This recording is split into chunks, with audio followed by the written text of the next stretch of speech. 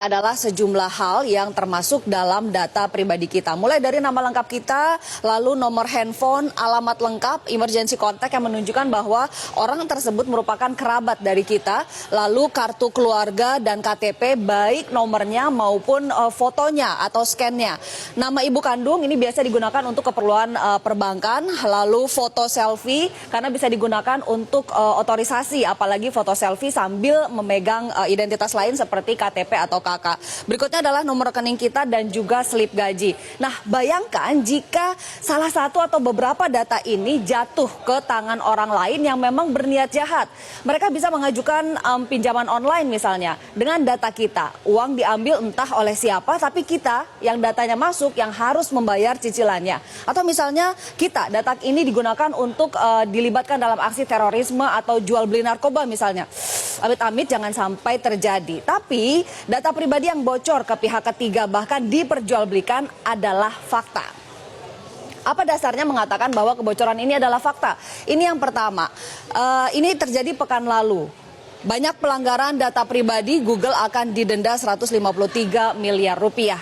Alphabet Incorporated, perusahaan yang menaungi Google, harus membayar denda 11 juta dolar Amerika Serikat atau sekitar 153 miliar rupiah. Ini merupakan akumulasi dari 227 kasus pelanggaran data. Lalu masih dari artikel yang sama, saya mengambil dari cnnindonesia.com, disebutkan bahwa Google juga dituntut untuk kasus Y-Spy, yaitu mengambil data Wi-Fi rumah yang tidak dienkripsi berupa data-data pribadi si penghuni rumah. Caranya adalah dengan lewat mobil yang digunakan untuk proyek pemetaan Google Street View. Nah, kedua, terjadi pada pertengahan Juli lalu. Ada 70 pengemudi ojek online atau ojol di Pontianak yang menerima tagihan utang. Besarnya tidak tanggung-tanggung, mulai dari 1 juta sampai 23 juta rupiah. Padahal mereka tidak pernah mengajukan pinjaman sama sekali. Rupanya setelah ditelusuri, ini terjadi karena mereka latah mengikuti sebuah postingan di Facebook yang mengiming-imingi uang 100 ribu rupiah hanya dengan menyerahkan foto diri dan foto KTP. Ternyata foto itu disalahgunakan oleh seorang oknum untuk mengajukan pinjaman online. Akibatnya mereka yang ditagih untuk membayar pinjaman tersebut. Nah, ini pinjaman online ini saat ini marak dengan istilah pinjol atau pinjaman online.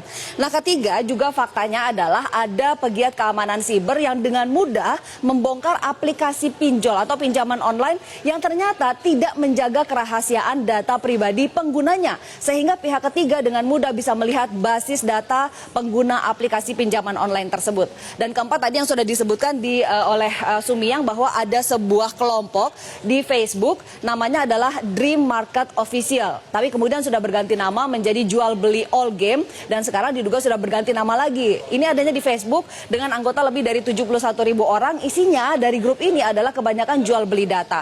Nah, sejumlah pengamat keamanan siber sudah membenarkan bahwa grup ini ada dan sudah dilaporkan ke Facebook dan juga Polri untuk ditindaklanjuti. Kok bisa sih data pribadi kita bocor? Ini ada sejumlah penyebabnya. Yang sedang marak adalah akibat pengelola aplikasi pinjaman online yang ternyata tidak mengelola data dengan baik dan aman sehingga mudah diretas. Ini terjadi akibat menjamurnya aplikasi fintech atau financial technology. Meski sebetulnya pinjaman online ini hanyalah sebagian kecil dari financial technology dan pinjol atau pinjaman online bukan fintech. Fintech menjamur, pinjol menjamur, tapi ternyata pengelola menggunakan aplikasi template, tidak membangun aplikasi sendiri. Sehingga kalau satu bisa diretas, maka yang lainnya tinggal menunggu waktu saja. Yang kedua penyebabnya adalah karena kecerobohan kita sendiri mengakses email, file, foto, dokumen yang tidak jelas secara sembarangan. Akibatnya data kita bisa ditambang di sana. Yang ketiga adalah dari penelitian Kaspersky yang menyebutkan bahwa penyebab lainnya ada di perusahaan, yaitu ada kecerobohan menyimpan data pribadi karyawan. Seperti misalnya ada keterangan pribadi, ada rincian pembayaran, gaji, bonus, tunjangan, dan lainnya, juga termasuk kode otorisasi di tempat-tempat yang sulit dikendalikan. Seperti misalnya di cloud, di folder bersama, atau pada saat transfer file. Ini merupakan tempat-tempat atau saat-saat yang rawan data itu bisa diambil atau diretas. Nah, penyebab lainnya ada juga oknum dalam perusahaan yang memang sengaja mengumpulkan data dan menjualnya. Seperti misalnya oknum di perbankan, bahkan di tempat karaoke, karena ada data kita di sana. Oknum pengiriman barang di perusahaan pengiriman barang, e-commerce, bahkan operator telepon. Termasuk hati-hati kupon-kupon bekas undian di mana terdapat data pribadi Anda, itu juga bisa diperjualbelikan. Lalu apa sih yang bisa kita lakukan untuk melindungi data pribadi kita? Ombudsman Republik Indonesia sudah memperingatkan agar kita berhati-hati memberikan data pribadi kepada perusahaan yang mewajibkan mengisi data dengan super lengkap. Kita harus kritis untuk melihat seberapa perlu kita memberikan data tersebut. Jangan memberikan data berlebih yang ternyata tidak relevan dengan jasa yang diberikan. Ini kita harus hati-hati memberikan data pribadi. Nah, ini juga berlaku untuk setiap aplikasi yang kita unduh di ponsel. Kritislah dengan permintaan akses ponsel kita. Misalnya aplikasi musik, tapi ingin dapat akses untuk ke kontak, bahkan ke file telepon, ke file foto, file video kita, itu kan tidak ada hubungannya. Nah, jika memang aplikasi tersebut meminta akses terlalu banyak, tinggalkan saja, jangan diunduh. Berikutnya, kita harus bersih-bersih digital secara reguler. Menghapus item-item yang sudah tidak digunakan lagi dari inbox email, juga file-file yang usang harus kita hapus dari perangkat keras kita. Dan kita juga harus melakukan pemeriksaan dan pengaturan keamanan email dan juga akun-akun medsos kita, Facebook, Twitter, Instagram, semua. Secara reguler, kita gunakan password yang rumit dan ganti secara berkala. Jangan sembarangan login ke situs-situs yang tidak jelas seperti misalnya situs kencan online dengan menggunakan alamat email yang terhubung dengan layanan perbankan. Ini sangat berbahaya. Dan yang ketiga adalah sebisa mungkin jangan unggah, scan, atau foto online.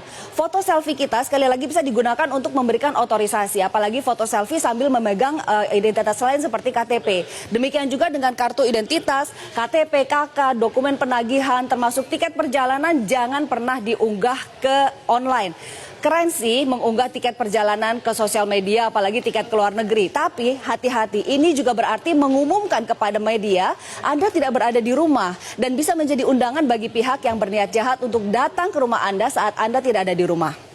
Yang kedua, yang berikutnya adalah perusahaan perlu menumbuhkan budaya peduli bisnis dan keamanan. Perlu ada edukasi bagaimana peran karyawan dan juga langkah-langkah yang perlu diambil untuk menjaga keamanan data perusahaan. Sehingga sumber kebocoran, jika memang berasal dari perusahaan, itu sudah ditutup sumbernya.